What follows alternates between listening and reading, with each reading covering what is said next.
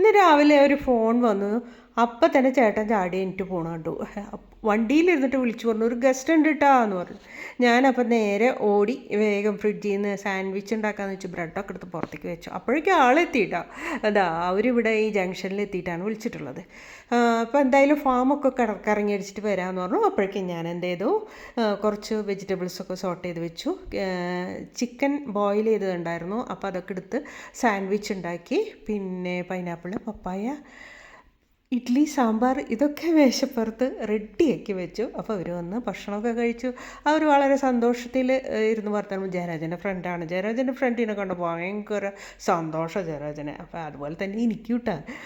അപ്പോൾ എനിക്ക് എൻ്റെ ഫ്രണ്ട്സ് വരുമ്പോൾ എനിക്ക് ഭയങ്കര സന്തോഷമല്ലേ, അതുപോലെയാണ് കേട്ടോ. അപ്പോൾ കുറച്ച് നേരമൊക്കെ വർത്താനം പറഞ്ഞു. ആരാണെന്ന് അറിയണ്ടേ, ഇത് മിസ്റ്റർ സുനിൽ, ടിച്ചു ടവറിൽ, ഹോട്ടൽ ടിച്ചു ടവർ, ഈ വില്ലേജ് റിസോർട്ട്, ഇതൊക്കെ അദ്ദേഹത്തിൻ്റെയാണ്. എങ്ങണ്ടിയൂർ സ്വദേശിയാണ്. അപ്പോൾ ഞങ്ങൾ വളരെ അടുപ്പമുള്ള ഒരു ഫ്രണ്ട് കൂടിയാണ്. അപ്പോൾ അദ്ദേഹം കുറച്ച് സമയം ഞങ്ങൾക്ക് വേണ്ടിയിട്ട് ചിലവാക്കി. പിന്നെ ഫാമിലിയായിട്ട് വരാമെന്ന് പറഞ്ഞു ബൈ ബൈ പറഞ്ഞു പോയി.